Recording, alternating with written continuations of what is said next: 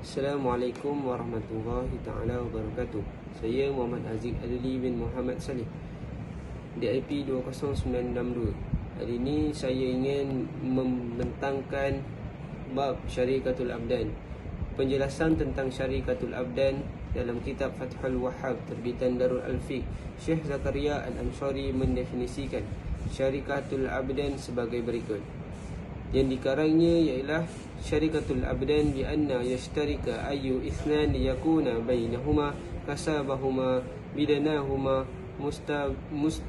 mutasawiyan kana aw mutafatan ma'a intifaq al-hurufat ka khayyatutain aw khalat aw ikhtilafahuma ka ghaitu wa rafa'u. Artinya, Syarikatul Abdan adalah bila mana terdapat dua pihak yang saling bersekutu untuk menjalankan roda usaha, baik dengan jalan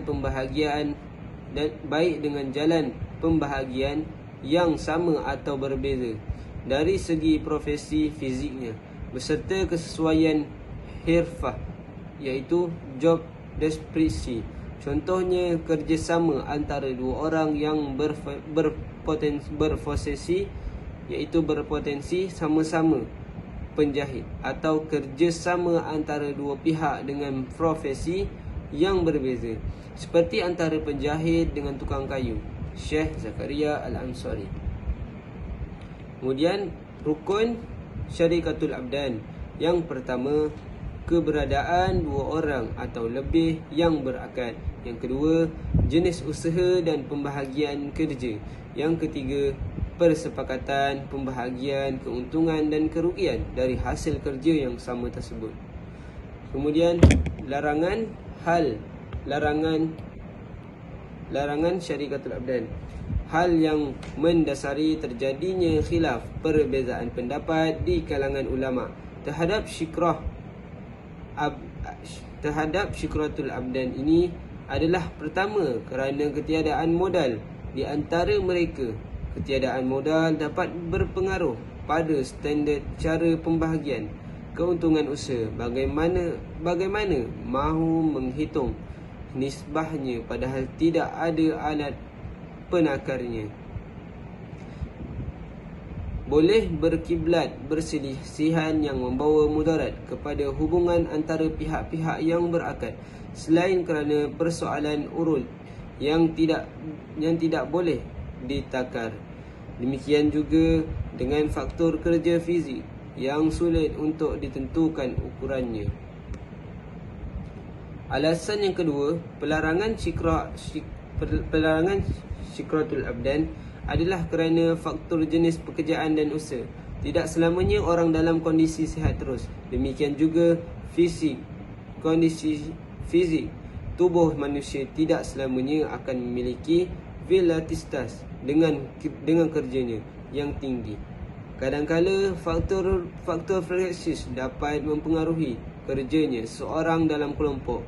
Menurutnya, kerja dapat berpengaruh terhadap hasil usaha. Dalil yang dikarang oleh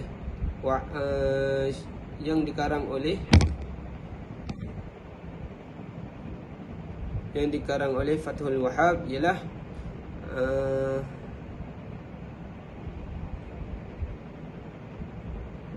yahramu istihal fi fatwa wa man arafu bihi haram istifta faman istishal anna la yastasbid wa yasra' biftawa qabla istifa haqqaha minan nazar wa kafra ila anna qala wa man tasahal anna tahmiluhu al-a'rad al-fasadatu ala tataba'ul hayla al-mahrumah atau makruha. Artinya, diharamkan